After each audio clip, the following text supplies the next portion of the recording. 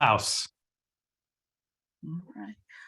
All right. Welcome and thanks to everyone for being with us today. Today is the third meeting of the FAC Policy and Practice Subcommittee meeting.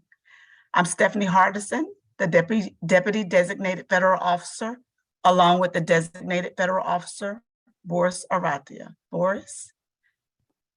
Well, hello. Thank you, Stephanie, and welcome back. Happy New Year to you all. Seen a couple of you earlier this week, and really excited to get going here. So back to you, Stephanie. Okay. Before we get started, we'd like to thank everyone who helped to make this meeting happen. A few things to mention. This is a virtual public meeting. Today's event is being recorded and will be posted to our website with all relevant meeting materials. I would also like to share with our public listeners that there will be time for any relevant comments or statements towards the end of the meeting. We will now open the third meeting of the Policy and Practice Subcommittee by taking roll. Luke? Here. Steve? Here. Richard? Here. Leslie? Antonio? Here. Mark? Mamie? Here. Amlan? Jenny? Stacy? Nigel? Here. Anish? Here. David? Present. And Kimberly? Present. Thank you. Roll has been called at this time. I'll now turn it over to the chairpersons. Steve, I guess I'll go first. Good afternoon, everybody. Thank you guys for being here again. I hope everybody had a wonderful, healthy, and happy and safe holiday. I feel like it was years ago that we last chatted. While it tends to be the quietest week of the year at our agency, those of us that have worked in procurement know that the phone does not stop ringing with all of those expiring contracts at December 31st, midnight. So I will say it's, that champagne toast means something special to us, procurement people, and it was a happy, healthy, successful New Year's for all at my agency. We look forward to working with you guys today. I think we've got a lot of hard work to get behind us in order to move on to, I think, really the larger, more global issues we want to tackle. For those of you that have been following the other committees, you can see that they've been making good progress, and there's been a lot of really key discussions, and there's things we can learn from what they've done. But I'm optimistic that today we can come to a conclusion on our mission statement, and I think we've got a prioritization exercise that'll be helpful.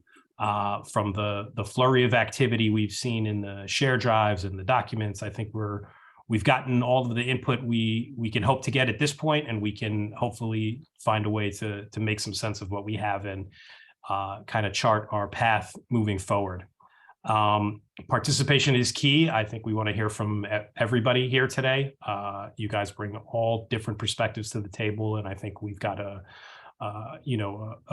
we can benefit from input from each and every one of you on each and every one of these topics. And I think that's pretty much all I've got. Steve, you want to? Yeah, so just a few things. First, as some of you know, I'm in the middle of a little bit of a frenetic period, so I'm immensely grateful to Luke for taking the leadership role and doing more than his share for this particular session. So thanks so much on that, Luke. I want to echo a couple things that Luke already mentioned, and at least from my perspective, it does appear there's a difference between the smallest subcommittee and the larger subcommittee. So I guess it's not shocking that the smallest subcommittee seems to be the one moving most quickly, and maybe it's just because there's fewer moving parts. But we are one of the larger subcommittees, and we do have a lot of work cut out for us, and arguably we have a really large mandate too, so this is somewhat challenging. The other thing I wanted to mention, I'm ecstatic to see that Jeff Kozis is with us, and I noticed that Jeff was in at least one of the other subcommittee meetings earlier this week, And I think it's important, in addition to our wonderful GSA team, Boris, Stephanie, and the others, to think about Jeff as our ultimate client. And it's helpful, and I thought some of his interjections earlier in the week were incredibly helpful in trying to think in terms of what's possible, what's feasible, what we should be doing, and frankly, what's simply too big or too amorphous or too long-term for us to take on. So again, I'm glad Jeff's with us, and I hope we'll have the opportunity to hear from him. And like Luke and the rest of the team, Happy New Year to everybody. Thanks so much. And again, I apologize that I'm not as engaged this week as I'd generally like to be.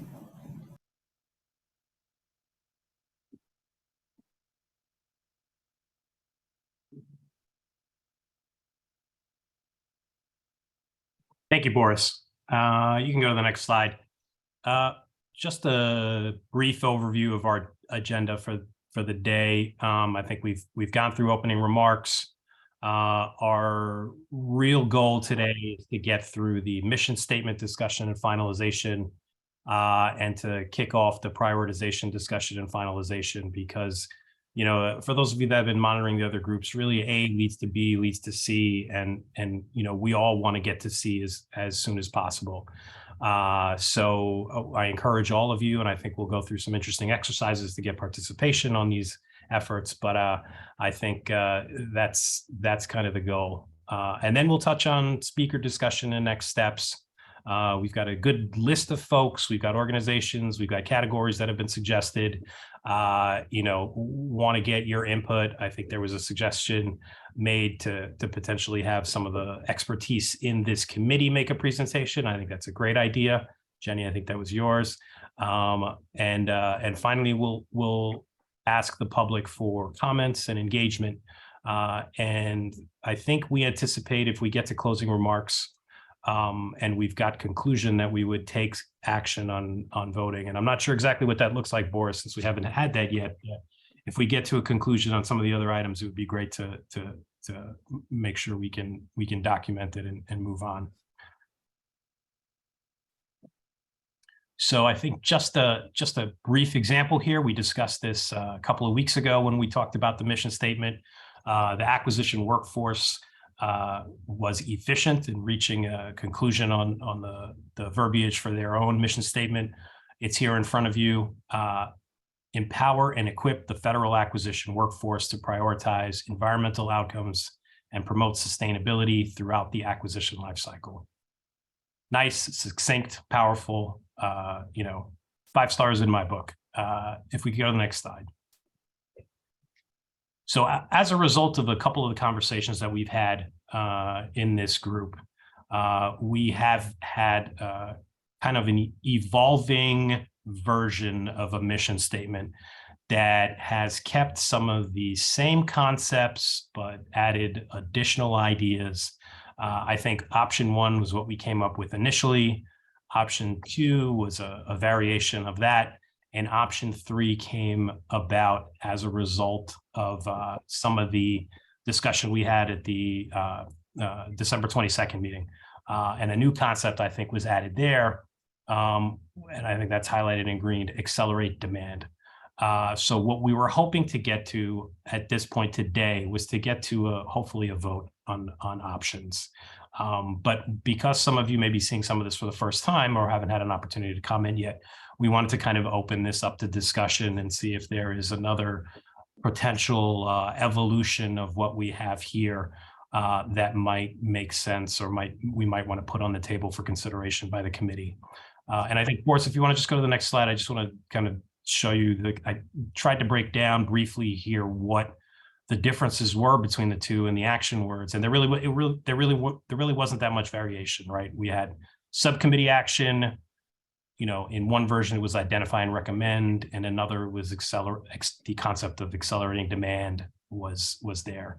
The output description, you know, either significant and measurable or actionable.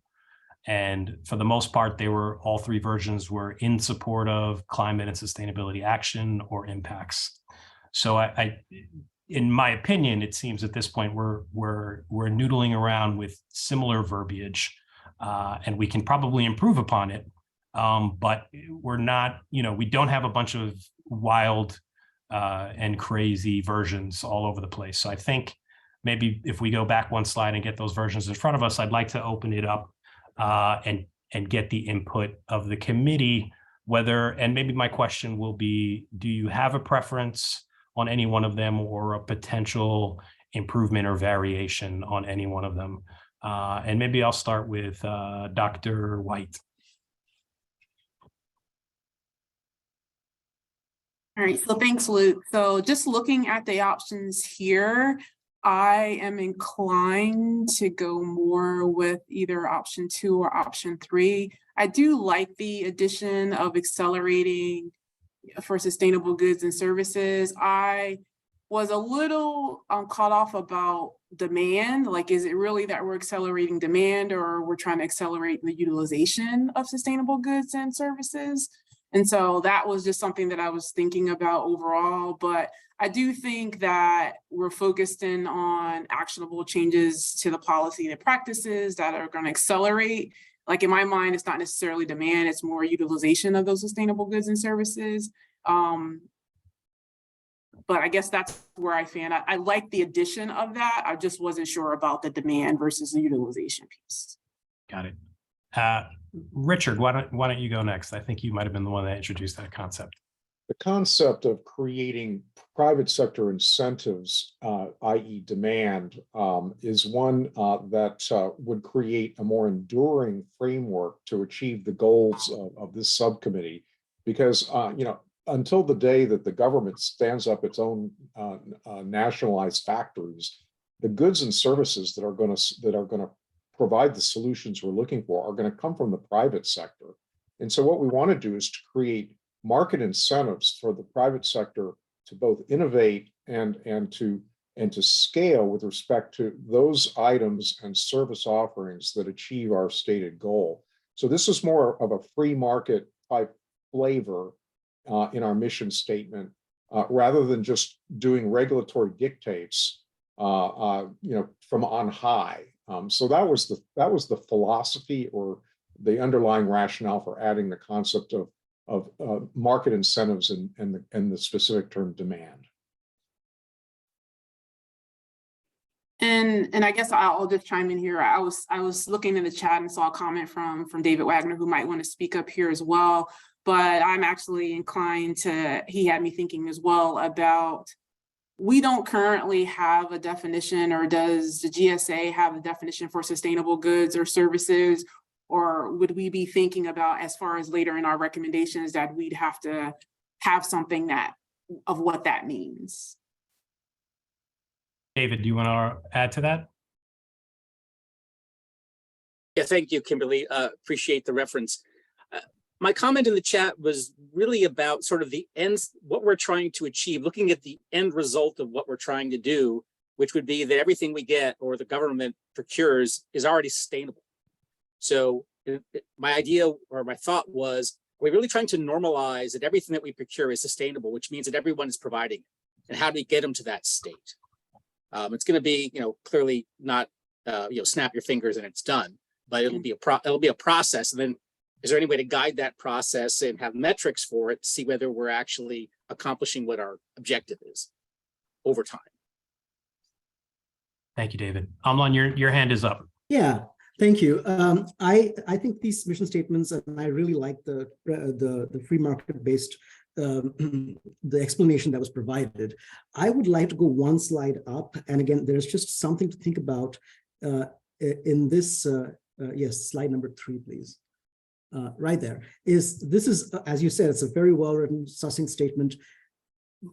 Again, this is not for discussion, I understand, but something to think about as we tease through our discussions is throughout the acquisition lifecycle is that we need to keep in mind that sometimes what gets acquired has long-term implications in terms of the performance of the product. And so we have to be careful how we define what is sustainable within the context of the acquisition lifecycle. That's something to keep in mind, and hopefully that reflects back into the statements in slide 4. And to the comment that was made earlier, GSA does have a spec for low carbon concrete and environmentally preferred asphalt that came out last year, actually end of 2021, now that we're in 2023. And so there are places where we can start off from. So going back to slide 4, I think the ones with the measurable impact, which is option 2, seems nice and clean. And I like the accelerate the demand, because that's where, given the demand, that's how industry is going to respond best, and we would like to have the most favorable outcomes. Thank you. Anish, would you like to add something? Yeah, so I think my preference is for option 3. Although I do think we might be adding too much verbiage into this one. So I'm reacting to where we say sustainable goods and services, and right after that say sustainability impacts. It seems like we could clean that up a bit. I was thinking that will accelerate demand for goods and services, and then you say the resulting impact. So saying sustainable goods and services is redundant with the next piece. So, and then also builds on what I think David was saying about, like, the goal is that all goods and services ultimately procured by the federal government will be sustainable. But yeah, Jenny. option 3. Thank you. Jenny, do you want to react to that? Sure. As the person who put together option 3, I agree with reducing the verbiage. So thank you. So how would you do it? What would we'd get rid of the, I think Boris is highlighting here. Yeah. Remove the sustainable there. Okay. All right, good. Who haven't we heard from? Leslie. So this was one of those Rubik's cubes where you read them, and each time you read through them, a different kind of combination comes to mind. I like and appreciate what's being suggested under option 2. That feels to me more like an outcome of the group's work than a mission statement. So I guess I would probably go with number 3 as well. With the changes that were suggested, but I think the edit changed the meaning slightly. So actionable changes to policies and practices that will accelerate demand for goods and services. I wouldn't say resulting in significant, I would say goods and services that provide or something like that. It's just the meaning is a little bit different, but again, perhaps I'm just reading too much into it. And then perhaps option 2 can be one of the outcomes that we seek as we move forward. But I believe that as I understood it, the mission of this group is to be identifying and making recommendations rather than actually doing the demand acceleration ourselves. I think that makes sense. Is there a motion on the floor for any verbiage change? Okay, we'll keep going. Mamie, how about you?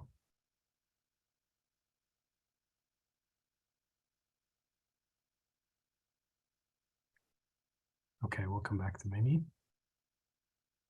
Nigel, are you able to? I apologize. Ahead, no problem. We got you. You're on. Yeah, I'm having to go on a separate screen, so I'm not following exactly. I'm having to go to my email and look at the slide deck. I can't see the deck from the Zoom. Got it. Apologize. I'm okay with option 3, except I'm not grasping accelerated demand. That perspective of it. So I mean, the requirement comes from GSA that contractors deliver sustainable products or services, what the goods and services that are sustainable. So the accelerate demand from GSA aspect, it's not the contractor accelerating the demand. So I'm not sure about that. Yeah, maybe Richard, I could ask you to jump back on, but I think to me, what it meant to me is we're not just, guiding the GSA in making a purchase a certain way, but we're trying to incentivize the private market to make changes and really change even consumer behavior at the end, which to me seems almost even bigger and better. I don't know, Richard, if that captures what you were thinking. Yeah, and I know Jeff's got his hand up, as does Nigel, but just quickly, I mean, government's acquisition and procurement system has the power to create markets for goods and services that have specific attributes. And so what we're talking about here is to put down the foundation or the seed corn to create a robust private sector marketplace of goods and services that meet our requirement. That's where I was coming from. Hey, Jeff, do you want to add some insights into this conversation right now? I did. Thank you, Boris. So I think you all are circling around some really key ideas, but what I did not hear expressed quite as directly is the thought of making it easier to buy the sustainable goods and services. Maybe that's what accelerate demand actually means. But, you know, we do have an industry focus group. Would love you to kind of play with the thought, what would it mean if we had that idea of make it easier as part of the mission statement?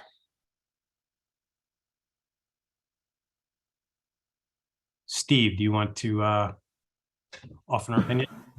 Yeah, so, and again, I apologize if I've jumped the queue on Nigel, but I take Jeff's suggestion very kindly.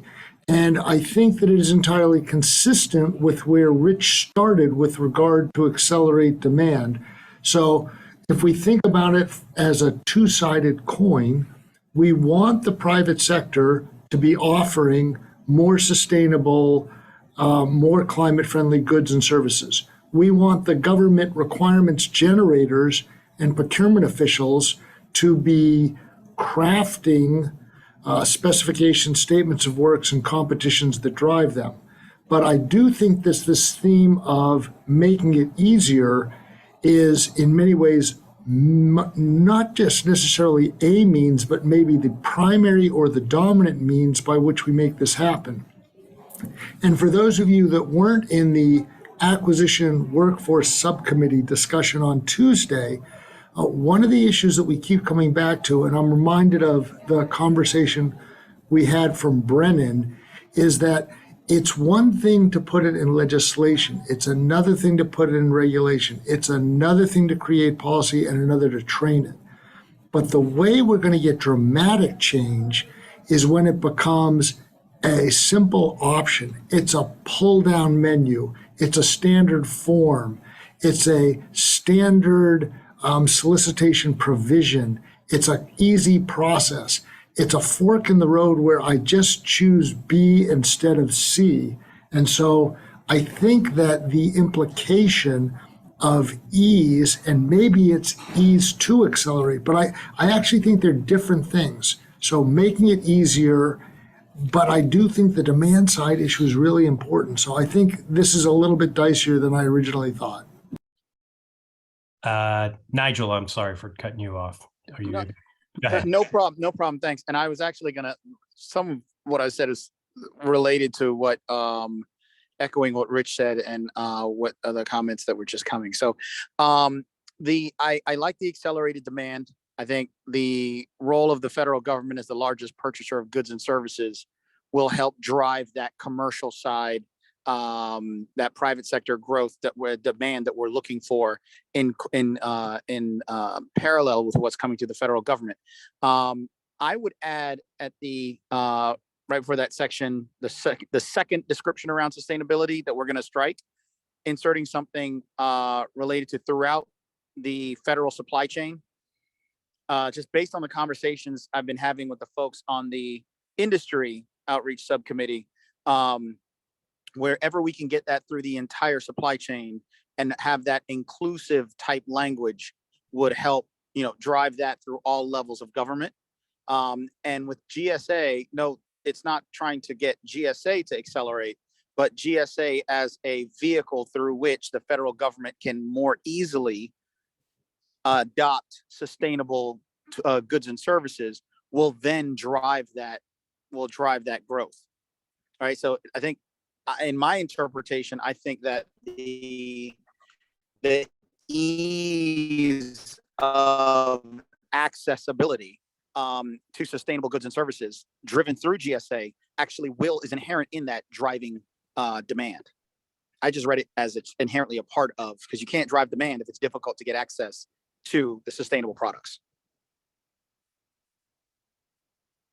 So is there maybe I mean, if I want to. I'm sorry, Luke, I apologize if I could interrupt. And I realize we shouldn't be having side individual chats, but I'd love to hear David on this briefly, and particularly with this concept of normalizing. I think that the language here is a little bit more challenging. I really was taken by the point Leslie made, but I don't think the fix is quite as easy as it earlier was. But again, I just wanted to hear from David real quick. Sorry for interrupting. Thank you. I actually didn't mean to make it private. It just happened that way. So at least based on the recent conversation, it seems that accelerate demand, I think what we're really seem to be saying is that accelerate economy-wide adoption of goods and services. I think that's really what we're trying to do, are we not? Kind of as a priming the pump, so to speak, I think. And again, David, before we leave this, I do think that this is two potential aspirations. One is for the government to buy more of, okay, and possibly become a leader, which would broaden economic demand throughout the market. Another is that there are signals that the government could send or rules the government could put in place that could more quickly and dramatically drive the broader economic behavior. I think to your point, historically, and again, this is something right in Jeff's wheelhouse, but what the government has tended to do is move the market by example or leadership and not necessarily drive. But this is not a sphere where the government is dominant. So I think the point you're making is really an important one. My concern is whether it might be seen as overreaching or beyond our scope. So I'm kind of curious on that. I agree with that. But that seemed to be what I was trying to say is that seems to be what we're trying to say, even if it's beyond sort of a very aggressive or far-reaching thing to have in the mission statement. I can also think of counterexamples of just that the private sector provides something or makes something doesn't mean that there's demand for it. So I think we have to be careful about that. Right. But again, speaking personally, I would love for any demand that the government generates to be contagious throughout the broader economy, because that's the force multiplier in there. Well, let me ask you a question. Are there things that the government buys, and maybe EVs is probably perhaps an example, where there's such scale that it reduces the unit cost and therefore everyone benefits from the unit cost reduction? I mean, I don't know how many examples of that there are from GSA's purchasing power, but I would kind of throw that out there for discussion. And it's a lot less than it was a couple of generations ago. I see Amlin has his hand up. Sorry. Yes, thank you. And I'll go directly with that question there. Some of the, looking at construction materials, and to be clear, I'm coming from a perspective on construction materials and the construction industry in general, but asphalt and concrete are purchased by the GSA, and they're purchased in very large quantities, and they are materials with high environmental impacts. And so to the question that was answered, any impact there is a sizable impact in terms of furthering the missions and the goals of this committee and what we're trying to do here. And so to that extent, going back, I think, and also focusing back again on that accelerate demand component, I put in a couple of points in the chat there. But there are actually, if you look at some of the provisions in IRA right now, as well as some of the implications of that and how that is being implemented, and also some of the stuff that has already been implemented. For example, the climate challenge process through FHWA. And again, I'm speaking primarily in the world of highways and departments of transportation. There have been various efforts already afoot, working with industry, working with DOTs to create and really looking at EPDs. And I understand there was, Stacy made that comment, provided that information in the last meeting with life cycle assessment-based tools like environmental product declarations. And there are 5 to 7 states at this point that already have requirements on the books as per law, and other states that are also looking into looking at feasibility, looking at how to go about doing it and how to accelerate that demand without any laws in the books. So right now there are 25 states that are part of Climate Challenge. So I think there are some examples out there that we can look at and maybe learn from and make that part of the conversation. Thank you. I think we've got an evolving option 4 here. If that seems to be proposed by Dr. White, and maybe getting some amendments in the chat.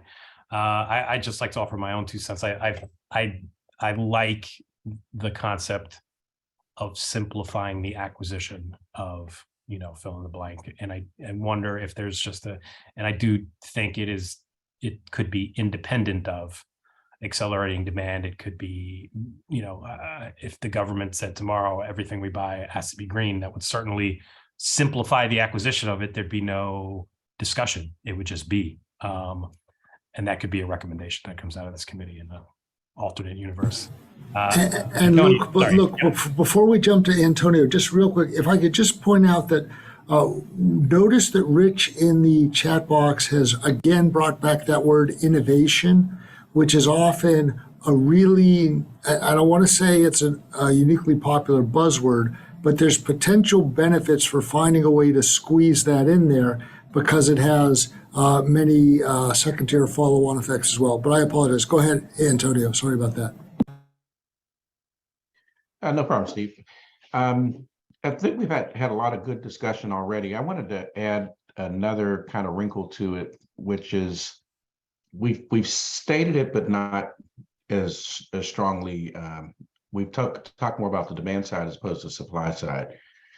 And so what I'm thinking about is with regard to invigorating, energizing the industrial base, because we may have these demands for products and services related to, the whole concept we're discussing here.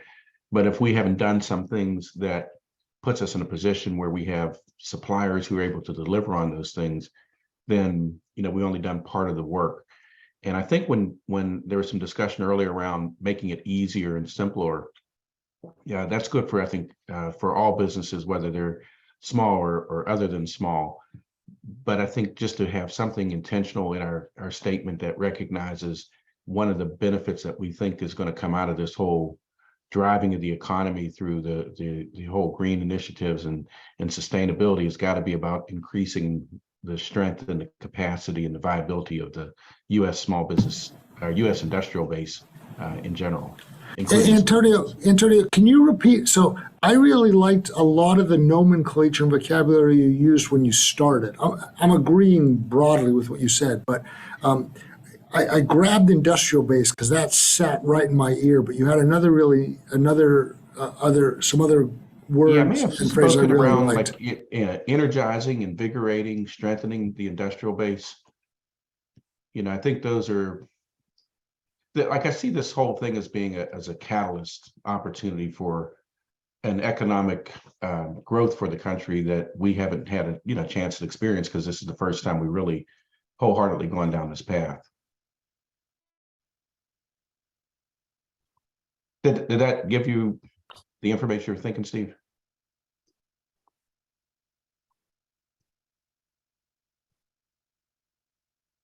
I like the language too. I'm struggling where to incorporate it. I think we lost Steve for a second. Yeah, part of there's a lot of things going on at once right now, but again, I love the succinct approach, but I do think we've gotten a few really nice potential adds here, and maybe what we need to do is say, or maybe what we could do is go back and get a sense how comfortable people are with coalescing around tweaking option 3 as opposed to focusing on the other 2, and then thinking about adding some of these other concepts that personally sit very, very nicely in my ear if other people agree with them as well. Yeah, I think that's, can we hear from folks whether, I guess, they have an adverse reaction to the two new concepts we've heard today? Simplify acquisition and or strengthen industrial base, and feel free to, modify the verbiage I used, but I think those are two new concepts we didn't have before. What are folks' reaction to figuring out a way to work those into number 3 here? This is Nigel. I agree with the industrial base addition. That's where I was headed with regards to supply chain. I think that's a good addition. And Nigel, if again, I don't mean to put you on the spot, but personally, I like industrial base much more than using the supply chain rubric, because to me, supply chain suggests other things. And again, I think where we are in scope 2 versus scope 3 is a slightly distracting issue. But if industrial base captures what you were focused on, that would be great from my perspective. That sounds good to me. Any other reaction? Dr. Weiger? Oh, thank you. Industrial base, at least taking it as a plain reading, sounds a little bit limited. I mean, there are things that you probably procure in government that are not industrial based things. I imagine you provide, there are services, there are people that construct things that other people make. So I'm just wondering if it's too limited. Again, I understand the need for succinctness or conciseness. I'm just wondering if that's just too limited. Yeah. Does anyone have a proposed variation that broadens the definition?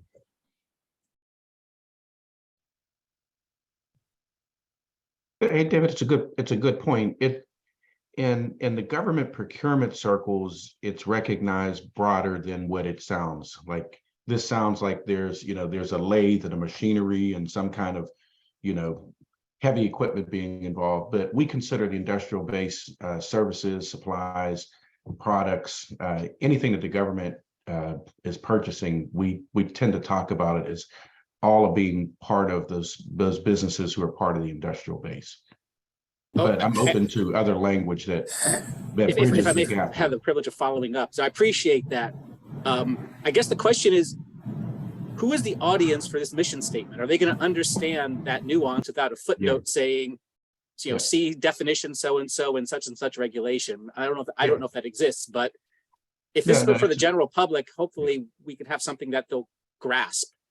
Yeah, it's a really good point, David, and I could see the footnote, see government acronym language, government ease. And I know that we don't necessarily want to have that. So if there's a better way to say that still connotates that emphasis, then I think it's still good to do.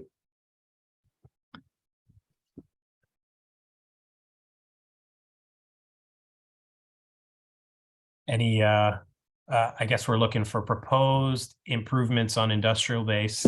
Yeah, and remember at one point early on, we were talking about markets, right? And so like anything else, any of these words that we use are going to mean certain things to some and not to others.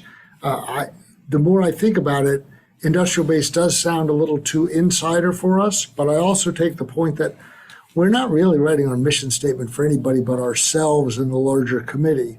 So I could make an argument for either, but I'm dying to hear what others have to say on this, because it's a great reminder of how comfortable we all are with the connotations of the nomenclature and vocabulary that we spew every day.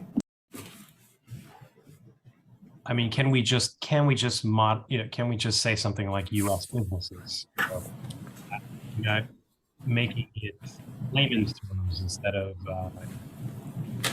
contracting terminology.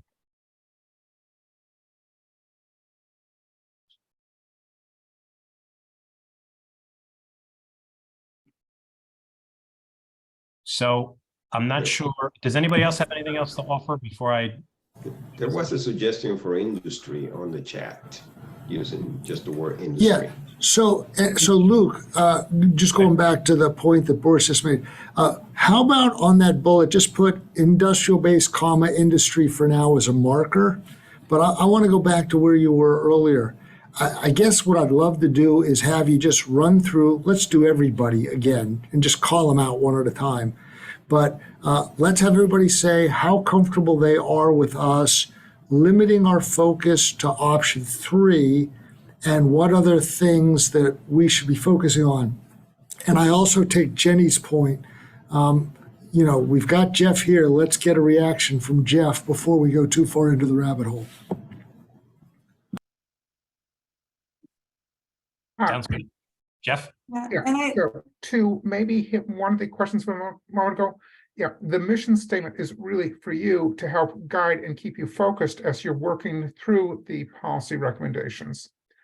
You know, so what you really want is something that you can keep coming back to as you're evaluating different alternatives, what you want to recommend, what you want to put in the long range option, what you put in the low-hanging fruit option, and ensure you're being consistent with your own principles and concepts.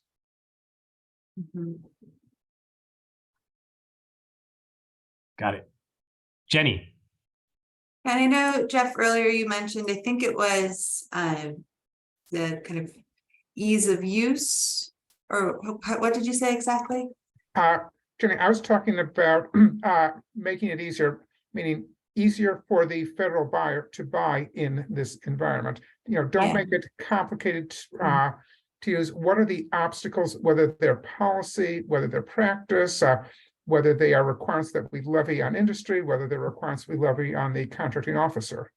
How do we simplify, eliminate, streamline, change systems, whatever it may be that you all come up with that makes it a less complex process? Okay. That's what I thought you were getting at, but I just wanted to clarify before making any comments. Thank you. No, appreciate the clarification.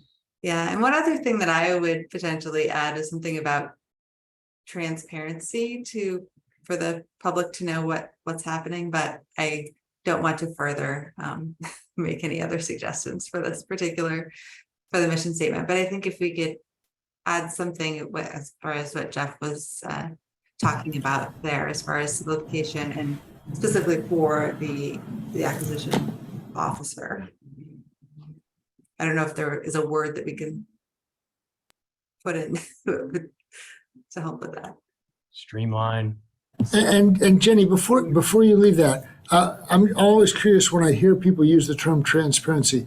Are you using transparency in the concept of making data available to the public, or are you using it more in terms of, as we simplify, making it as easier as possible for both the government and the private sector to find the tools that facilitate this methodology, or something else entirely? I'd say more the former, as far as being clear, as far as, you know, what's being purchased, what kind of sustainability standards were met.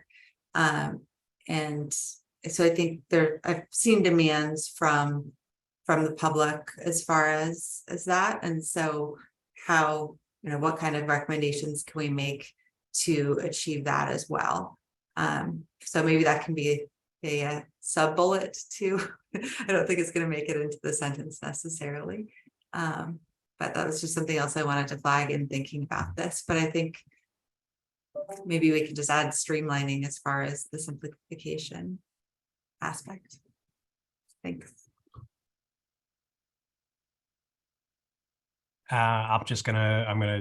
Steve, I'm gonna follow your suggestion and just rattle through folks and make sure they have no objection. What I'd like to do, if we get to the bottom of the list and folks are comfortable with these comments, is see if we can get somebody to volunteer to come up with a version 4 that incorporates the two.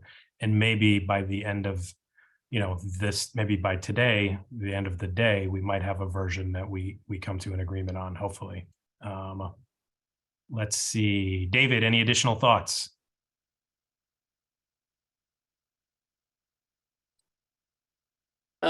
Yeah, I was just, I'm having a problem with simplify, because this is kind of might be, how should I say, inherent in what we're trying to do, is that we are at least suggesting that goods and services will be rated or ranked based on certain kinds of metrics related to sustainability or climate impact, which seems to me not simplification from one perspective.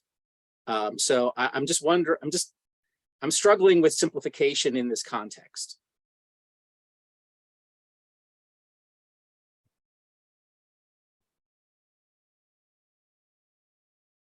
I have a question. Was it that, or was simplification really around processes and procedures with regards to identifying and accessing and getting access to these sustainable tools and services? I think that, and again, was that Nigel who was just talking? If it is, what I'm hearing here, and Jeff's going to help me out with the phrase, there's a phrase the Federal Acquisition Service uses. I want to say it's not dead easy or stupid easy or so easy that even a moron like Schooner could do it. But whatever that little catchphrase is, I think that's the implication, because regardless of the policies, if you don't make it easy and less burdensome than the alternative for the tens of thousands of 1102s out there, it doesn't happen. And so again, maybe Jeff or someone has that phrase right at their fingertips, dead easy, stupid easy. I don't remember what it is, but I think that's what they were looking for with simplification. I'm going to ask, may I ask Edgar a question? 1102s are who or what? I apologize. 1102 is the OPM, Office of Personnel Management, classification of contract specialists. And that includes contracting officers.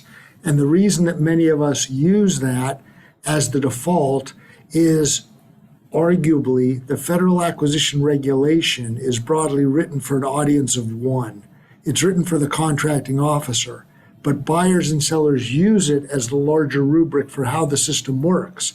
But because the contracting officer in 1102 is the one who has the authority to bind the government in contract and is supposed to do the acquisition planning and manage the contract, they tend to be the axle or the pivot or the center point of acquisition policy.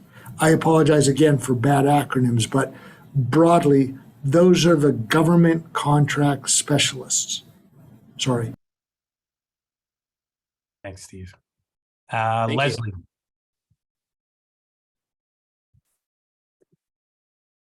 Leslie, are you comfortable with the addition of some variation of these two concepts, or?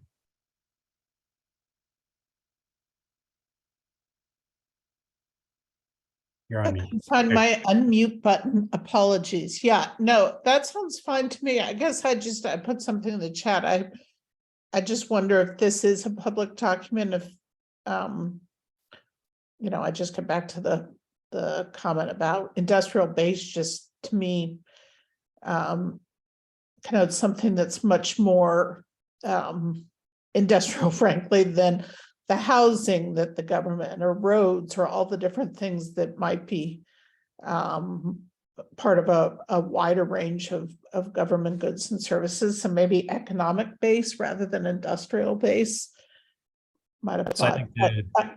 I defer to wiser minds on this.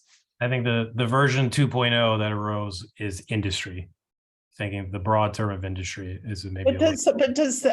Pardon me if I don't have the terminology right, but does industry cover things like base housing and roads and things like that? Would that be included? So I would say to me it does. Yeah. But Okay. All right. if it's not universal, then that's not a great word for us, and maybe we can improve on it further. Yeah, Leslie, it's Antonio. Sometimes industry is just sort of the opposite of government. So if you're not in the government sector, you're in the private sector or in industry. So it'll get used in that way in some respects also. But I'll try to think through some alternatives on this language. Thank you. Mamie Mallory. We're talking about option 3 and Incorporating the concept. And incorporating it, going to option 4. Yep. And trying to work in the concepts of simplifying the acquisition process. Yep. While I understand this mission statement is for this committee, but I will say that I would like to emphasize that the policies and practices, as we mentioned, the 1102 community, that is the group that we're ultimately trying to serve here with our recommendations and changes. Thank you. Great point. How about Anish? I like the suggestion to add a language about simplifying the acquisition process. That makes sense to me.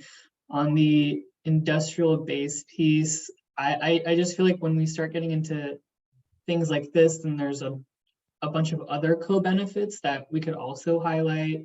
Things like positive health impacts from less industrial pollution. And I just feel like a lot of these things could be captured under one term, sustainability. So if we're looking to really simplify the language, I think some of this like industrial base, health impacts, health benefits are captured and implicit under the term sustainability. So that's all I would say, because otherwise it's going to be that we have a bullet point list, which we can have, but that's just going to make the mission statement longer. So that's my only addition.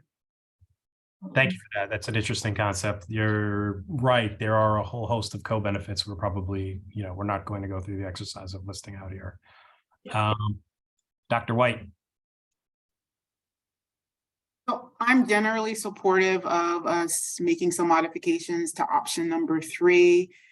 I also struggle with industrial base. Everything that I have kind of looked at for industrial base, although I know how we're talking about it in context here, but everything is really, when you talk about industrial base, you're really talking about the sources for materials, goods, and services, right? And we already have goods and services kind of explicitly written there. So I don't necessarily think you need industrial base written in there.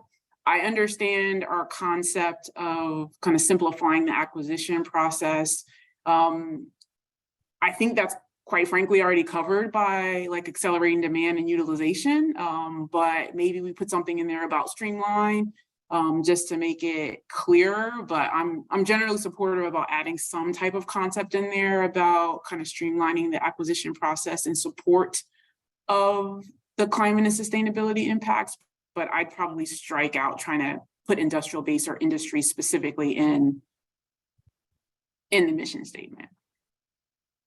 Okay, and I think just to reiterate, in a version you dropped in the chat, you introduced the concept of utilization and accelerating utilization, which I like, and I think what you're saying is that that's a potential substitute for simplify the acquisition process, right? If we in my mind, when I was writing the accelerating the demand and utilization, it was to try to streamline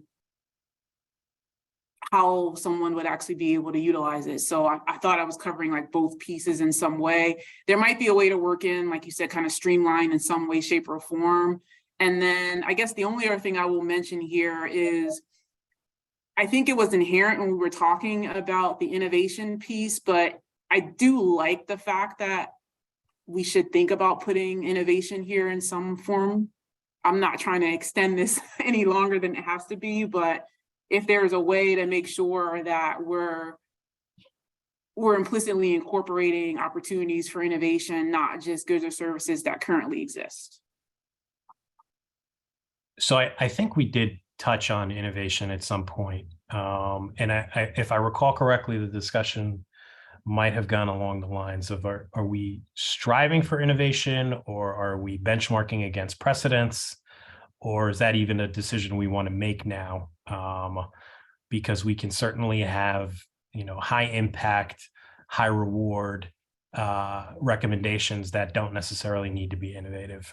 So yeah, and it could be just a tactic later. I mean, if our ultimate mission statement in some form or fashion is going to be actionable changes, right, then probably as a tactic somewhere down the line with actual recommendations that we provide, innovation will be probably implicit in something that we put forward. So yep, agreed. Let's see, Nigel, I don't think we've heard from you in a bit. If you're able to jump up Great. Thanks. I actually like the utilization term, which is also consistent in legislation and public policy around small business access to government contracts. So I think that also inherent in that comes with a lot of those things that you guys were describing before. So I'm very supportive of the inclusion of the term into that utilization. Good. Amlan. Yeah, I'm really enjoying this conversation to start with, lots of great ideas. I want to echo what Dr. White just said and so that the line out there is kind of what I was thinking too, is maybe probably replace the word simplify and bring in streamline and add innovation to that. And there was a great comment on how there is innovative, means and innovative, I got to read that again, innovative solutions, innovative means. And so something along those lines, but that would be great if we could kind of really integrate. The word simplify can sometimes be misconstrued, but streamline through innovation may, I like the sentiment of bringing that together. But and again, this is a mission statement, so we also do want to keep it somewhat simple for our own purposes. So yeah, thank you. Yeah. I mean, I agree. Simplification of the mission statement.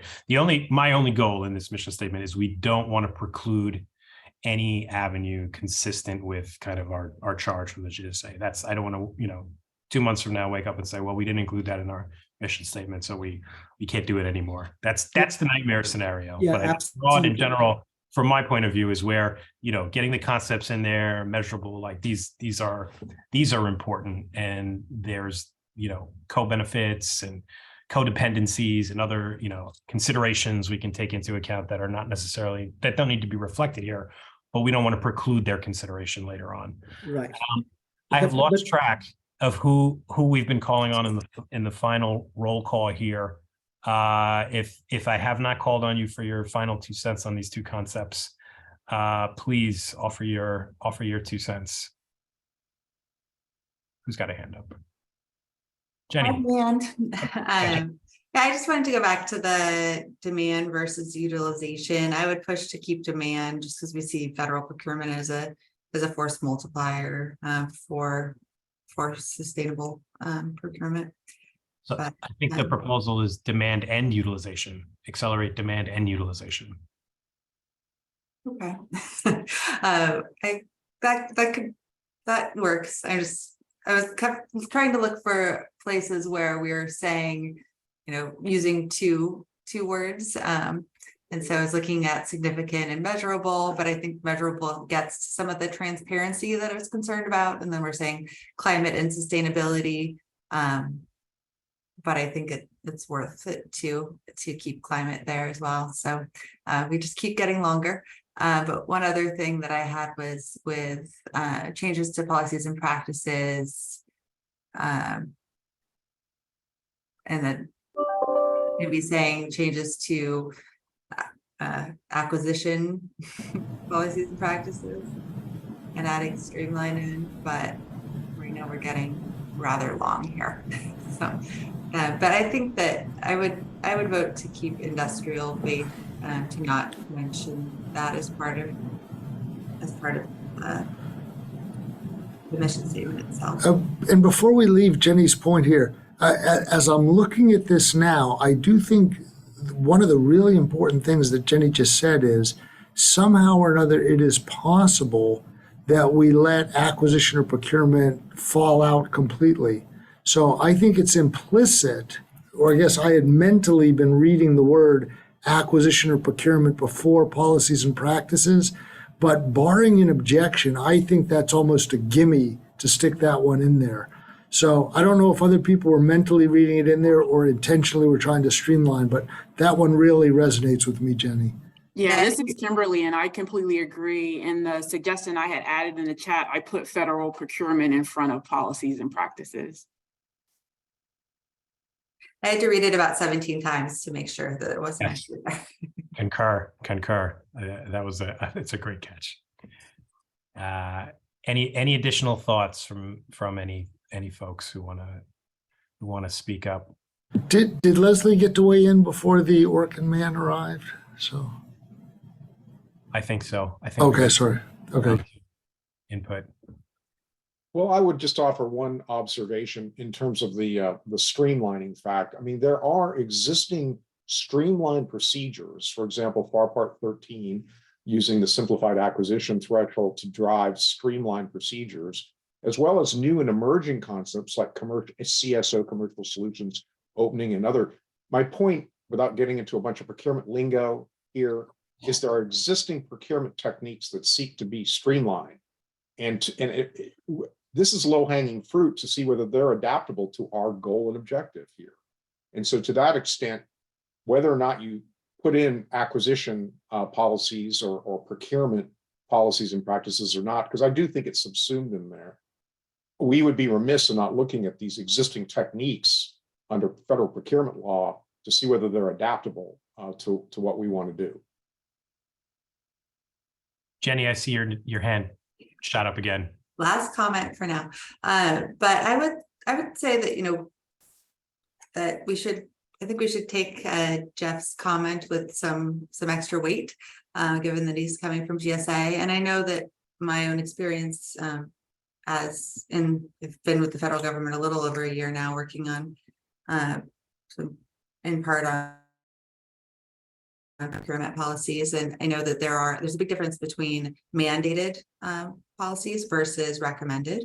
And if we're recommending additional policies that aren't statutory, really making sure that they're able to be implemented by procurement officers is something we really need to keep in mind, because they have so many other things on their plates as well. So I think that's why I would lean towards that, making sure we're including something about simplifying or streamlining. Antonio. Okay, every so often you need somebody to take you backwards. I'm probably that guy today. So one of the things that excuse my voice, I'm dealing with a cold again, but one of the things that I keep kind of having unsettled in my head is it's not necessarily using the industrial-based terminology, but our capacity internal to the U.S. to produce, deliver these goods and services that we're talking about. And the framework that I'm thinking about it is what we've all just been experiencing the last 2 years now with COVID, when we may have had the policies and the procedures in place to purchase these goods, but we couldn't buy them from our own country. We had to buy vital things from foreign countries, and in a lot of cases countries that we wouldn't necessarily trust as well as we would like to. And so there's a little bit of like Buy American in me that feels like should somehow or another be evident in this as well. But I haven't figured out how to say it, so I just verbalized it this way through the comments. If I could, that's actually very consistent with where I was going and consistent with the conversations we've been having on another subcommittee around a robust domestic supply chain. Yeah. So if we could do that, insert that somehow, so it applies also to that industrial base and industry reference. Yeah. The idea is through, as Rich was saying, by driving it through the federal supply chain, the federal purchasing power, we can drive demand in commercial areas as well, but in a way that strengthens our domestic supply chain, I think would be an excellent point, because that also incorporates everything from large, small, mid-sized business, right, of regional diversity. So we can have a robust, backup to the backup to the backup. Yep. Excellent point. Thank you for saying it better than I could, Nigel. Okay. Any additional thoughts? So I guess what I'd like to ask, is there any volunteers who'd like to come up with a new version, say tweaking with the concepts that we have, or two new versions, or two volunteers with a new version each that we could potentially add to this list before the end of this meeting, just for another regroup, since it sounds like we're at least one or two more versions away from concluding. But I'd like to get it in front of this group today. Does anybody want to take a stab in the next 45 minutes while we go through another exercise? Dr. White, I'd like to volunteer you if you don't have your hand up already. You seem to have an ambitious pen. Sure, I'd be happy to. Terrific. Any other takers? I'll work with you on that. I can help. Okay. And you don't have to work together. You can come up with 2 independent ones and we can throw them there. Up to you guys. And I think Amlin just volunteered as well. So you now have your 3 musketeers. Terrific. Do we have the capability of doing a breakout room? Is that possible here? Boris, Stephanie? Good question. We do, however, as far as exercising it right now, I'm not sure I'll be able to pull that off, Nigel, unfortunately. Okay. So, and again, I think Luke was being much kinder about it, but I guess that to the extent that we have 3 volunteers, if there's any way that at the conclusion of the meeting, the 3 of you could spend a few moments together on that and then send it around for us to redistribute, I think the committee would be eternally grateful for your additional efforts today. So Steve, I guess you're saying, Steve, is I was too ambitious. I was looking for some version we could look at in the next 52 minutes. Is there anybody that feels that ambitious? Because I really feel like we're 2 concepts away, guys. We're 2 concepts away. We just need a brilliant stroke of a pen to take us home. Yeah, so this is Kimberly. So I'll take a stab at crafting something for our designated federal officers online. For the 2 others that volunteered, is it appropriate for me to be able to email them so they can see it? Because I can't. Yeah, absolutely. Chat Absolutely. Okay. Mhm. And so that was Amal, and who else was also kind of volunteered to pitch in? And Nigel. And Nigel. All right. So I'm going to craft something and then I'm going to shoot you all an email to take a look at, and maybe we can wordsmith through email. All right. And then we circulated the Gmail accounts earlier today, right? Right. Okay, perfect. Okay. Terrific. Thank you, guys. That's, even if we don't come to a conclusion, just having a new version in front of you today, I think will get the academic minds moving. Boris, let's move on. All right. Let's see. We're going to prioritizing exercise. The fun stuff. All right. The fun stuff. So you want to set this up a little bit? Yeah. So what we have tried to do here is to, each one of these Post-its represents a priority idea that has been, circulated by this group or proposed by this group. We wanted to figure out a framework by which we could kind of isolate a few that we thought were maybe more important or would have a higher impact than others. So we came up with the low-hanging fruit framework here. If you look at the left axis here, you'll see it's labeled impact, low to high. So if you look at a Post-it and it has a low impact, it will be on the lower end of the spectrum. And the x-axis, I think, if I recall my math education here, is level of effort, with low being all the way to the left and high being all the way to the right. So what we'd like to do is try to the best that we can figure out how to or where these particular Post-its may land, with those kind of being with the ones in the upper left quadrant, would wind up being kind of low-hanging fruit, and then the lower left quadrant would be quick wins.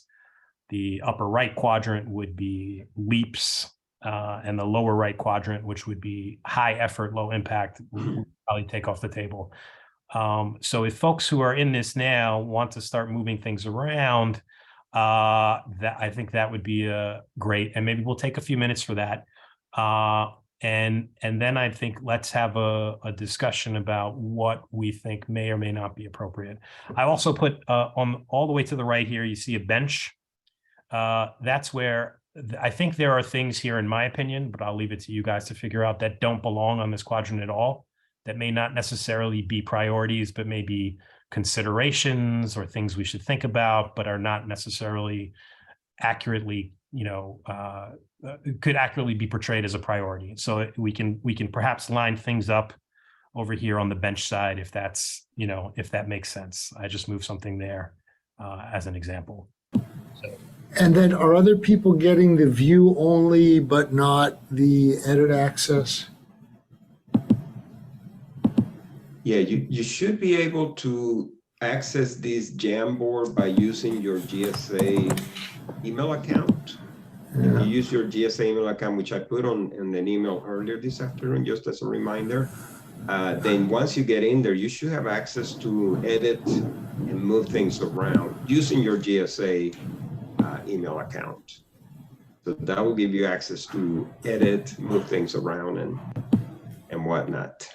If there's anybody that doesn't have access and just wants to articulate either in the chat or orally where to move something, just let me know and I'll move it for you.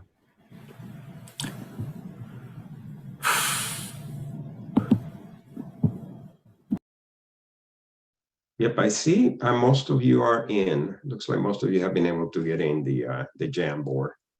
So we've been using this tool for those of you who are not around for the acquisition, workforce, and industry partnership. We use this tool for the other two subcommittees, and it worked out pretty well for prioritizing.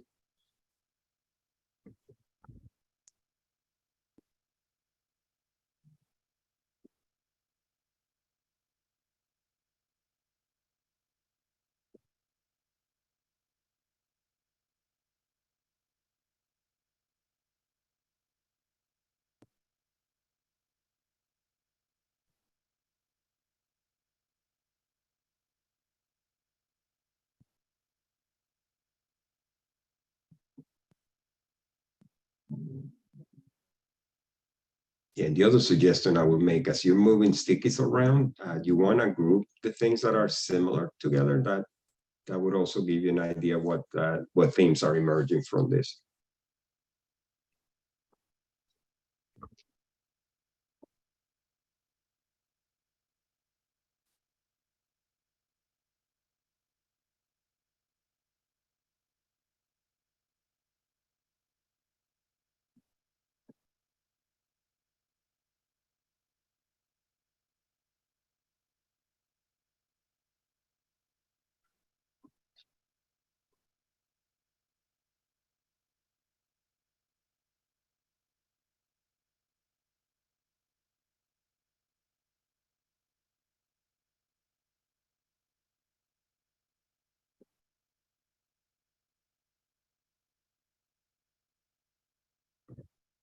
And as Luke said, if you're not able to get in on this board, just go ahead and get off mute, and then just let us know, and we can move things around for you as well.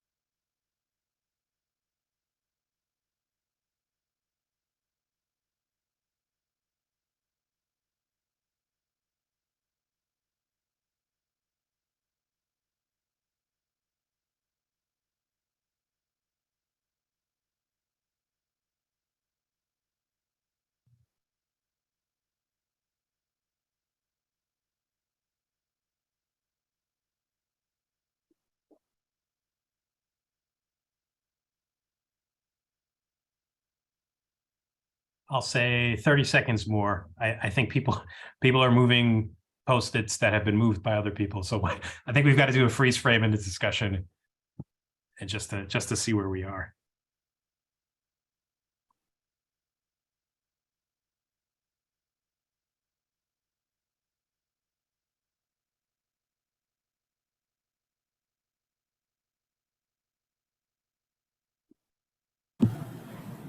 So Luke, I don't know exactly what you were going to suggest next, but I'd actually love to hear from folks who have moved one or more and basically see if we can get some insights as to some of the movement, particularly because I think, as Boris indicated, I did see a number of the tiles, shall we say, in effect, wander over the course of the time we were working.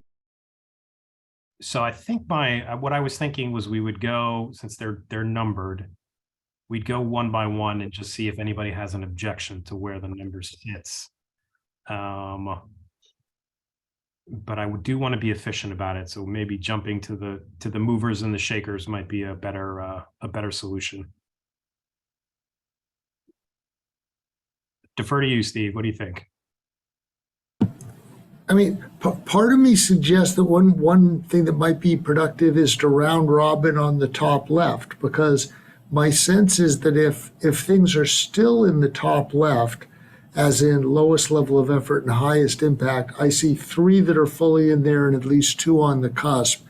I'd be curious to kind of maybe have you do a round robin to see what everybody thinks. And then if somebody could I'm going to grab 14 and move it away from 10, just so that we can read both of them.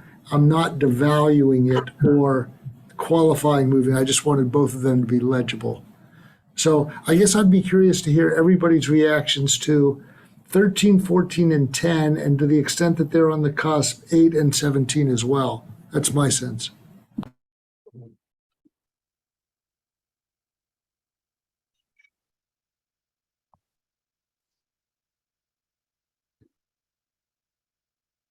Thoughts? 13, 14, and 10. They're sitting in our what would be clearly defined as low-hanging fruit, with 8 and 17 on the cusp here.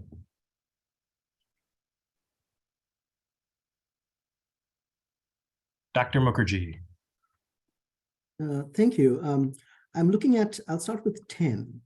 I think the reason I moved it up in the low hanging is because we have certain policies that are already out there that have either been successful and or been written and been passed in some measure, or at least been considered in various legislative assemblies as well as in Congress.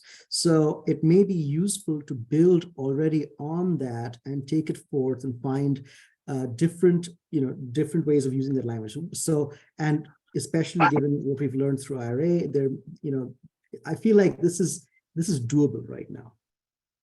So at least the development of the policies that involve assessment criteria applicable to the range of product categories, so that progress can be measured over time. I think the development of the policies is definitely very, very doable, and we have enough to build on. That's number 10.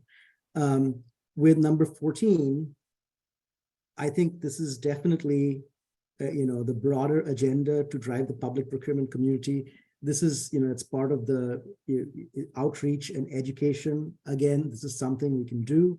It would require appropriate funding, appropriate agency involvement, and outreach. Again, there are probably some examples out there, but we can definitely, this is something that's what I would call shovel ready, so to say.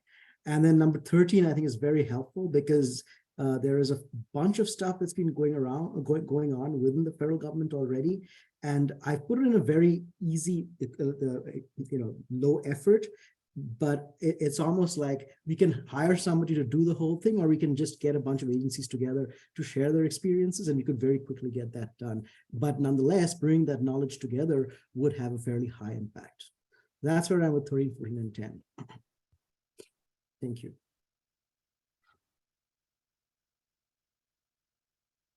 Hi, Rich here. I just wanted to add that the note 2, which is a project I've worked on the Hill, is really a subset of 8 and could be merged.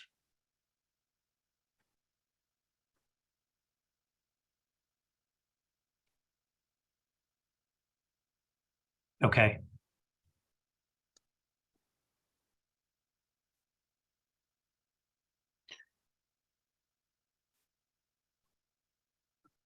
I see that Antonio had his hand up.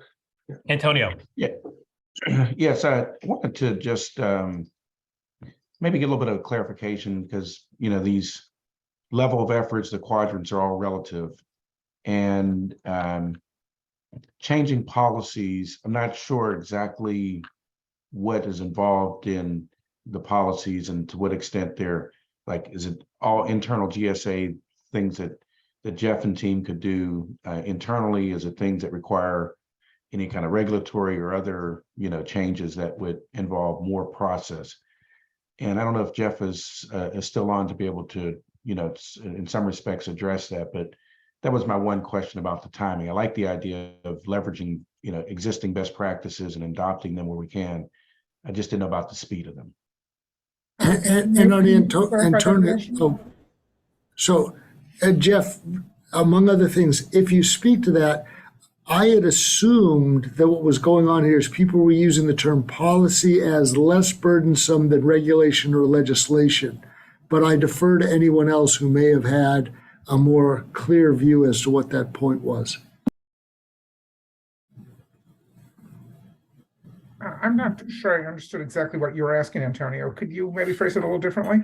Oh, sure thing. Well, you know, you're well versed in all the you know, the federal procurement policies. Some things you can do with a stroke of a pen in a memo from your own desk, and some things have to go through the FAR Council, or they have to go through regulatory, or sometimes even, you know, statutory changes. Not knowing exactly what these policy changes might be, and to the extent that you could do them internal with, you know, within your existing authority, or if it's more broad than that, was the part I didn't really make sense of. We have a good bit of both rulemaking authority through our supplement to the FAR, very broad policy authority. And if we need to talk deviations to the FAR, as long as they're authorized by statute, there are means to get there. So let's not have anybody rule out any concepts for fear of that issue. If we hit something where we don't have the legal authority to do it, obviously we'll stop it then and there.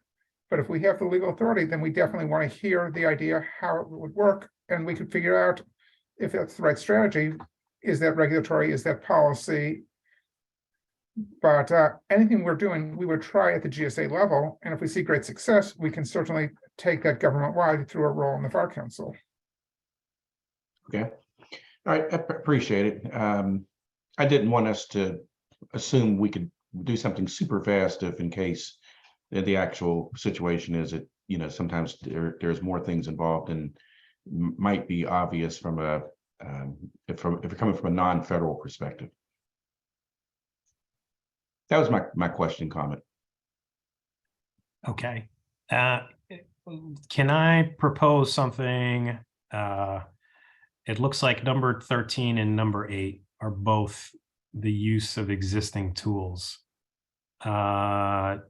which to me in and of itself screams low level of effort, right? It's finding a way to better use or increase usage of existing tools. Is there a logic to moving what is 8 now coupled with 2 over to where 13 is, and bundling them together as kind of a global assessment of existing tools?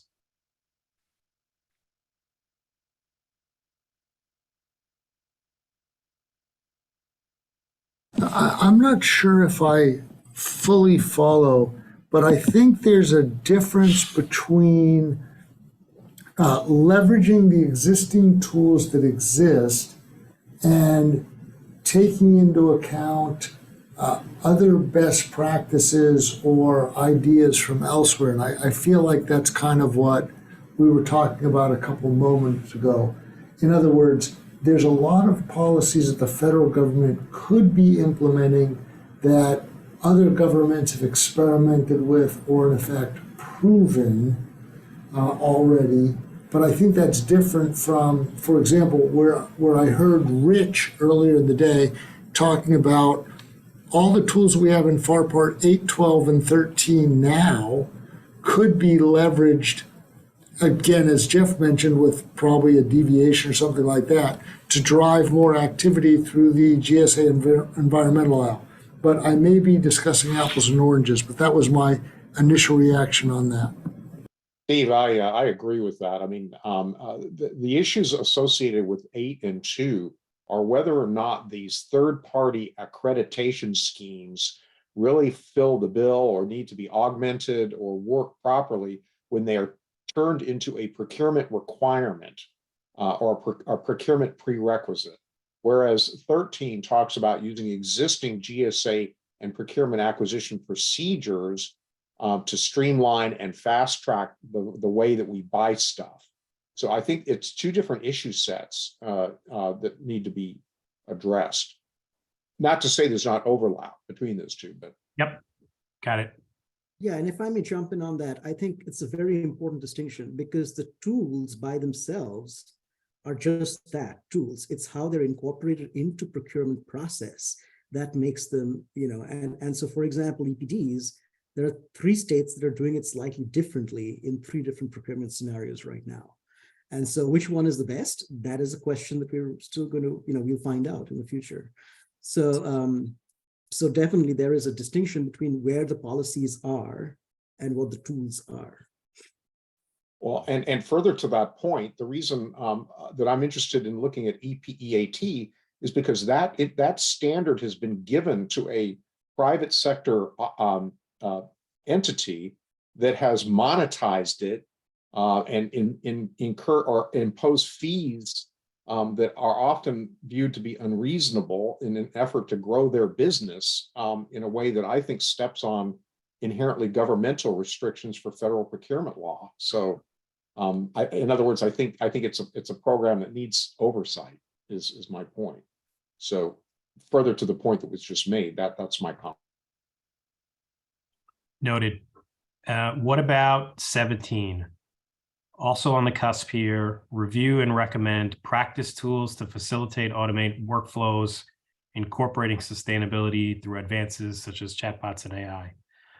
Could this be bundled with leverage existing tools?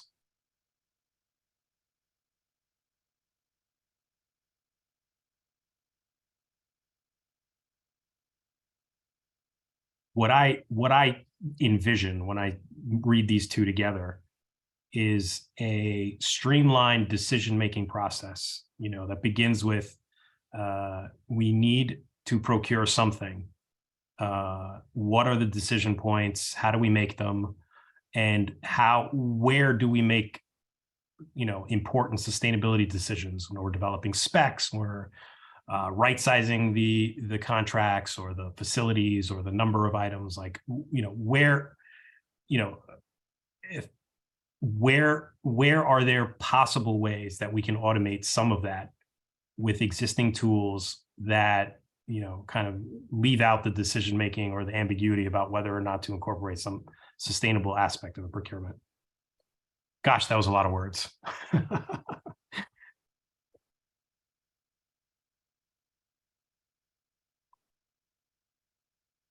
Okay, well, we'll leave that where that is. Steve, where do you want to go next? I actually had something to add. This is a niche. So as we're talking about 13, 8, and 17, it occurs to me that 16 actually is going to help with all 3 of those, because that involves interviewing corporate sustainability offices to get a sense of best practices. So in order to, I guess, understand and make recommendations on at least 8 and 17, 16 seems to be actually the first thing that you would do. So I would actually move that one up in terms of impact, and it seems low effort. So maybe I'll but that one seemed important. Hey, Anisha, and I'll respond a little bit on that. I think that looks like a tactic to something that you would actually do within those other two. So that might be a subset of the other tactical effort.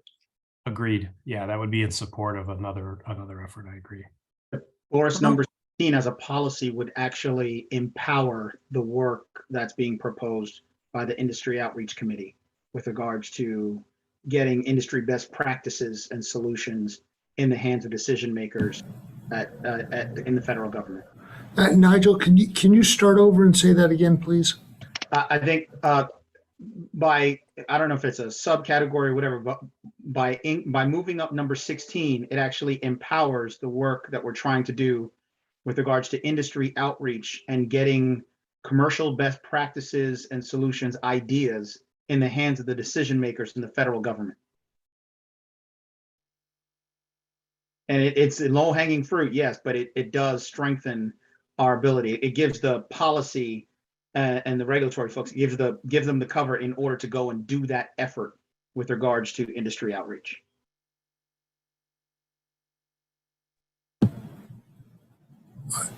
I just want to mention, I think 15 and 16 may be duplicate as well. And before we lose it, I see that David's hand is up, but I'm trying to take into account what Stephanie just said. But David, I defer to you as to when you want to jump in. Okay, thank you. I've been listening to this and I've been struggling with some of the discussion because we can't have it that the government has to recreate everything that exists. And I might have a contrarian view with Richard about EPEAT, having served on one of the subcommittees of EPEAT, is that the industry that EPEAT is supposed to influence has influence over EPEAT itself. So, and the other thing is, I think it's actually moved the needle to the extent that there's been a lot of improvement in the sustainability of electronic devices.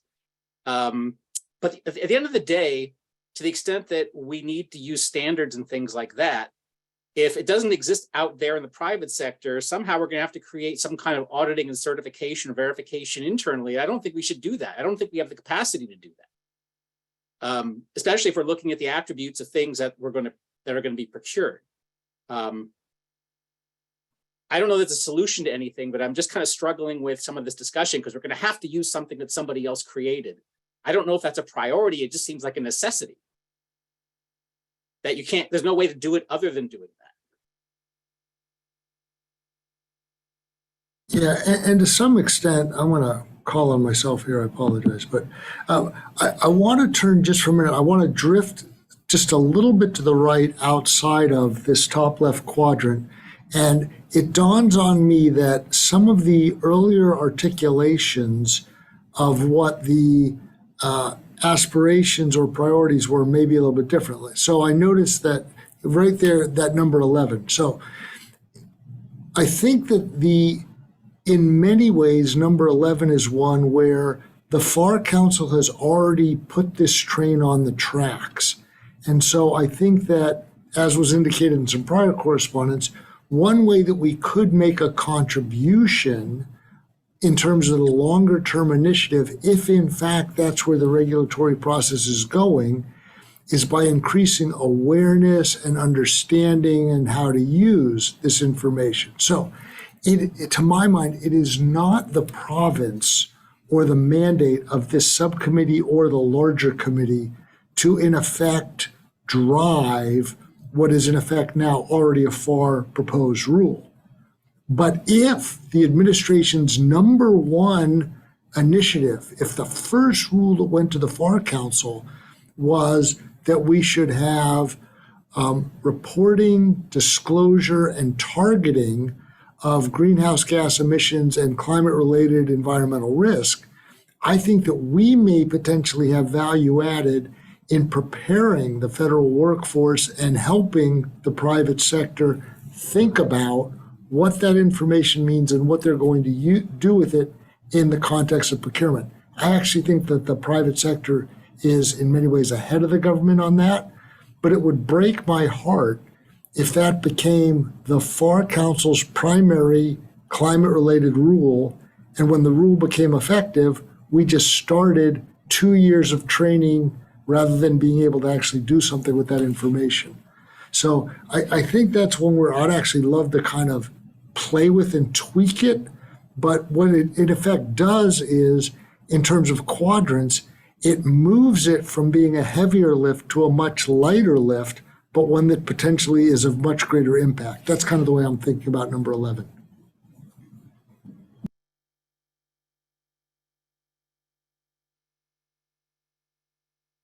Thoughts, reactions? Anyone else? So I think we've moved into the LEAP quadrant, the upper right quadrant. Any reactions to any of the other post-its we put in there? Changes we'd like to make?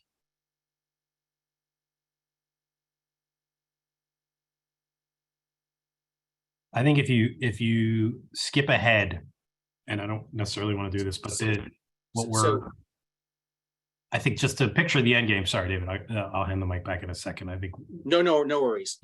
Draw a circle around a couple of priorities that would then inform a round of speakers and a round of due diligence. So that's kind of, I think, where we would go next. Go ahead, David. No, the only thing I was going to say is an observation that number 11 kind of has a definition of sustainability that's very broad. And I know we had discussions about what sustainability includes and what it doesn't include.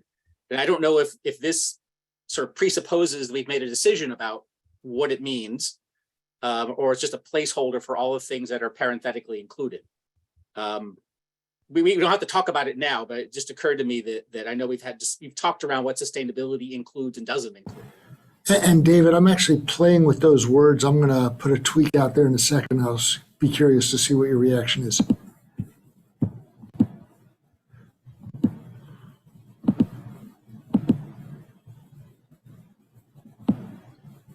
Any other reactions? If we were to take this document and then try as a next step to lay out a couple of top priority ideas, low-hanging fruit, leaps. I mean, if we were to try to put this in narrative form as the next step, are you comfortable with us taking what's here in front of you and using that as a basis to try to add some language and flesh it out? Is there anything in here that strikes you as offensive or miscategorized?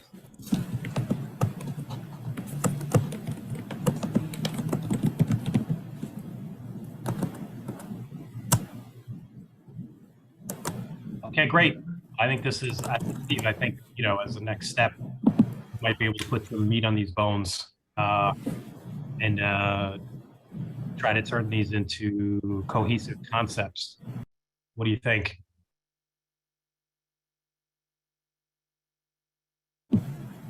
I think we've made a tremendous amount of progress. I am cognizant. I know you're watching the agenda more closely than I am. At some point, we are supposed to ask for public input. I don't know if we have any public input, but I feel like we are we've definitely advanced the ball here, but I don't believe I have an answer to the most important question I have is, I get the LEAP category, but could you just tell me again, Luke, the trophy category? What was the lower quadrant? What were you describing there? What does the trophy represent? So those are quick wins. Quick wins. Yes. Got it. Okay. But wasn't a great graphic. But I guess my point is the best quick win is the quick win with a high impact, right? So I guess what we don't want to do is suggest that the quick win is more valuable if it has lower impact than an equally quick win of greater impact. But I digress. Well, I think if we were to prioritize, we would pick the quick win that has a higher impact. So I think that's the logic of this work of art we've put together here today for folks. And I see Amlin's hand is up. Yeah, and I do want to add to that, because in the end, when we are making acquisition-related decisions, they have long-term impacts on the life cycle of the product itself. And so it is probably a better idea to do nothing than to do a quick win, which is arguably kicking the can down the road. So I think we want to be a little careful about these things.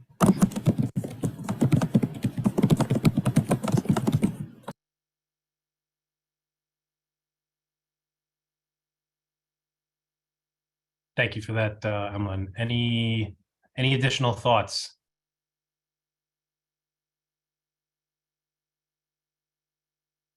Okay, I think we are running late, and we do have a few more items I'd like to invite Dr. White back.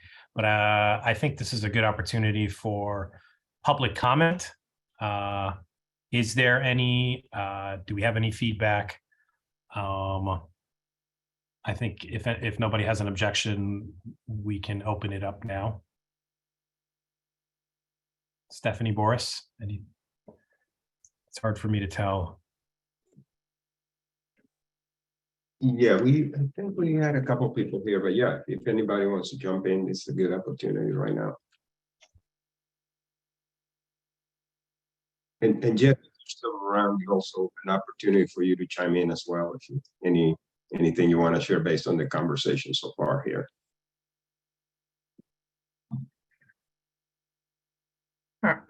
Thanks, Boris. Did we have any members of the public on though? Let's give them that opportunity first. We do have a couple folks here, but nobody's jumping in.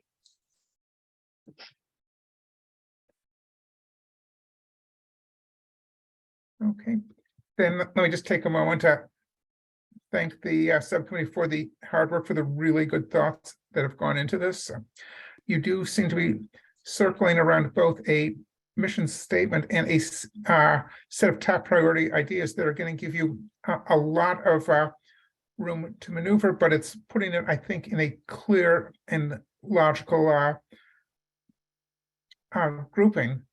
It's, I think, going to let you evaluate and come up with a clear set of recommendations and initiatives to us. There's probably in coming meetings several additional things we want to share with you, some of the input that we are receiving from different groups and organizations about potential areas in which to begin. I believe Adina had already shared with all of you one petition signed by a large number of stakeholders. We recently received a second input regarding potential approaches to PFAS. There's quite a number of policy areas that we'll also be looking for your thoughts on, as well as asking you to really help us prioritize some both long-term and short-term initiatives. So really solid progress, some terrifically good things that are going on. Just thank you. Thank you, Jeff. Troy and Cassius, do either of you want to say anything? So Troy was in earlier, and Cassius a little bit. Unfortunately, they weren't able to stick around for the whole meeting, but they sent their best regards to you all. So. Okay. So if there is no additional public input, I guess I'd like to ask if Dr. White has something. I know it's a little earlier than your deadline. Yeah, so we have started working on a version. We put it in on tab 5 that is on the Jamboard right now. We're still kind of adding some things. I just got a comment from Nigel that you might want to add, but we put something there to get us closer. Great. Identify and recommend actionable changes to federal procurement policies and practices that encourages innovation and streamlining the acquisition process to accelerate the demand and utilization of goods and services to achieve measurable progress on climate and sustainability goals. All right, I think that's great work for like 30 minutes. An initial round of feedback.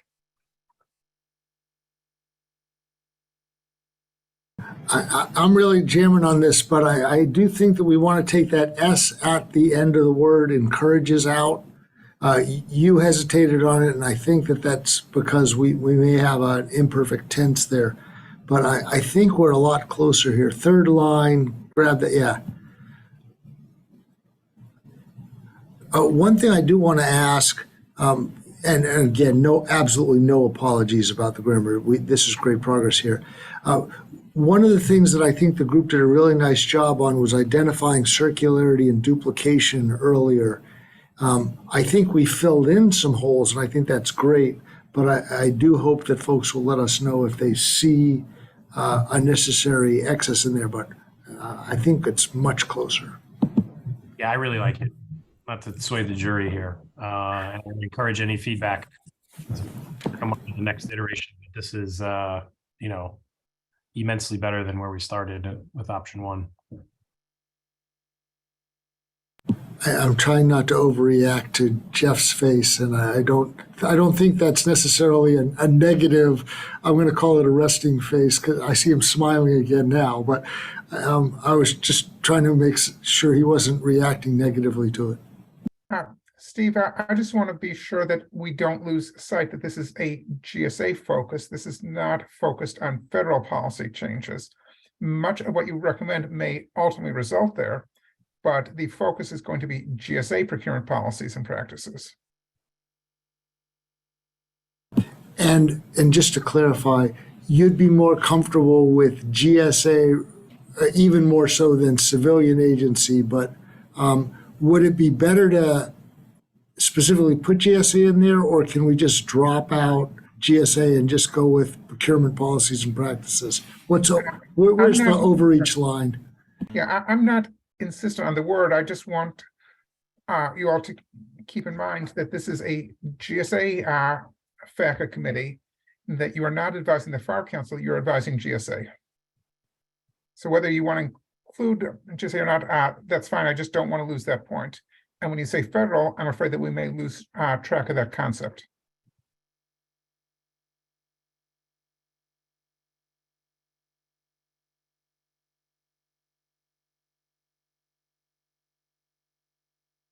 Okay, any other additional comments?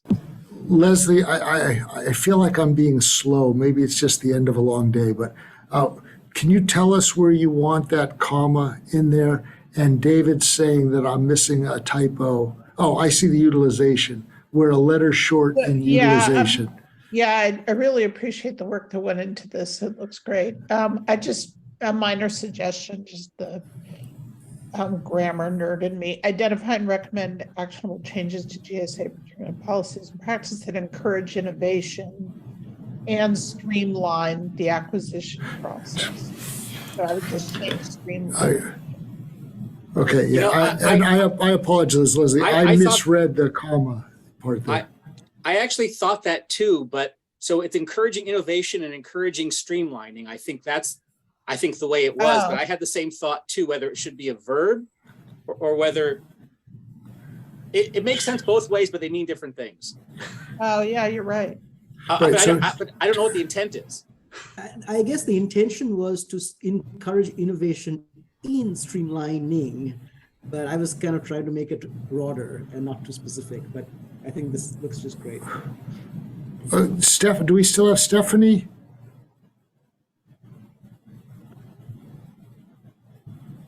I'm here. Okay. Oh, I'm sorry. And who are we missing? Is it Dr. White? So, I mean, in terms of the construction, I'm with Leslie on trying to make sure it all works. But I like the idea of we're identifying and recommending. That's what we're doing. And the changes would encourage innovation and streamline. I could definitely work with the other, but that particular construction works for me if it works for other people. And Rich, given the way the clock's ticking, can you just speak out what it is that, rather than trying to do the side-by-side comparison, what are you trying to get us to focus on? All right, I was just, I put my grammar nerd hat on and took out, just sought to parse it down and was riffing on it with the following. Recommend improvements to GSA procurement practices, driving innovation by streamlining the acquisition process and creating demand for goods and services, achieving measurable progress on climate and sustainability goals. So that was a little Occam's razor. Can we start at the beginning with Rich's point? So again, to the extent that we had our sublime drafting committee of 3, in retrospect, do we need the identify and before the recommend? Is there a value add there, or is that an okay drop? What's the reaction of the shall we call them the three elite musketeers? Fine for dropping from my perspective. This is Kimberly. I'm for dropping too. Agreed. I'm okay with it. Okay, so whoever has the pen in there, is that Boris or is that Luke? I'm not, in any event, we're starting with a capital R in the third word now, right? Okay, I can do that. And is it, okay. And then Rich, what was next after we get that capital R in recommend? Recommend improvements. I took out actionable changes. So, and here's one I think, do we still have Jeff? Actionable changes kind of felt like very much what Jeff had tasked us with rather than improvements. So I'm inclined, go ahead. Why would we recommend a change that wasn't actionable? I mean, it's redundant, duplicative. Oh, so, and again, I don't want to speak for anybody else, but the thing I'm least interested in us doing is promulgating policy for the sake of policy. Yes, that was. So again, you know, as you and I would say, I'm really not interested in rewriting FAR Part 23 if nobody reads it. Wait a minute, I like FAR Part 23. I know, but again, I kind of took the actionable changes as our marching orders from the beginning. This may be because I've been in academia for too long, but I would stay away from words like improvement. Sorry. I agree with that. I think actionable changes feels like what we've been tasked with too. We could. I hear you, Jeff. I was only using that as an example. Sorry, Jeff. I know, Steve, but you are one of many critics who have very astutely pointed out many of the problems in the FAR 23 of today. I see David's hand up. Just a quick question. I appreciate everyone's efforts on this. When we have a measurable progress, is that suggesting or implying some kind of measurement of that? Or is that simply just wondering if that implies something that maybe we do or don't want to imply? That's all I'm asking.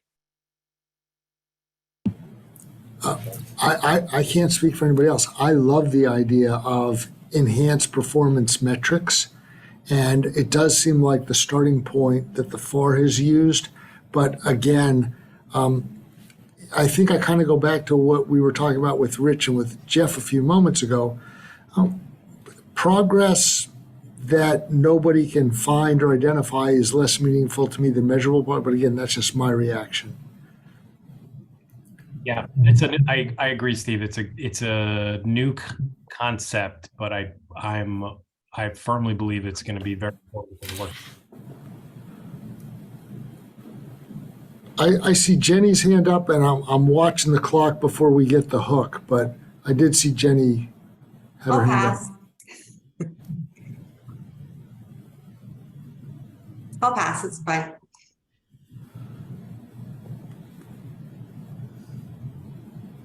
Okay, I don't see any additional thoughts. I don't know, Steve, Boris, Stephanie, should we put this to a vote? Is that how this works? I mean, it's not necessary if you're still iterating. And Richard, I'm not sure we got everything you had on your proposed. Can you just state it again? Yeah, so every time you have a X and Y, you have policies and practice. You have innovation and streamline. I'm just trying to take out surplus to cut it back, because so it's not so long. So make it more compact. That's all. No pride of authorship.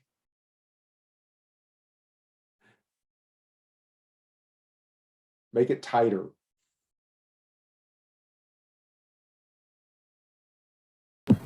And again, watching the clock. So, barring an objection, I suggest that we use this as our working draft for next meeting, with an eye towards, if you can live with it, that's a positive vote. And if you have an improvement, the earlier you suggest it, the quicker we can share it. Great idea. Looks like Jenny has a hand up. I think Jenny was applauding. That's a thumbs up. That's a thumbs up. Change it to thumbs up. We'll take it. It's our third meeting and our first thumbs up. I'll take it. Thank you, Jenny. And Luke, my understanding is if we don't have Troy and Cassius, you can take us home at this point. Oh, please, Steve, you do it. I've had the pleasure of taking us off. You take us home. So in a moment, I'm going to turn it back over to our, I don't want to call them our handlers, but our valued team members, Boris and Stephanie. But again, I really want to thank Luke for really being the laboring oar this week.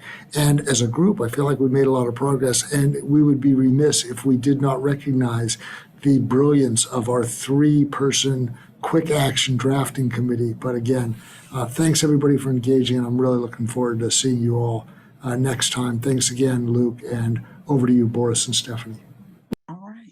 Well, this concludes the third Policy and Practice Subcommittee meeting.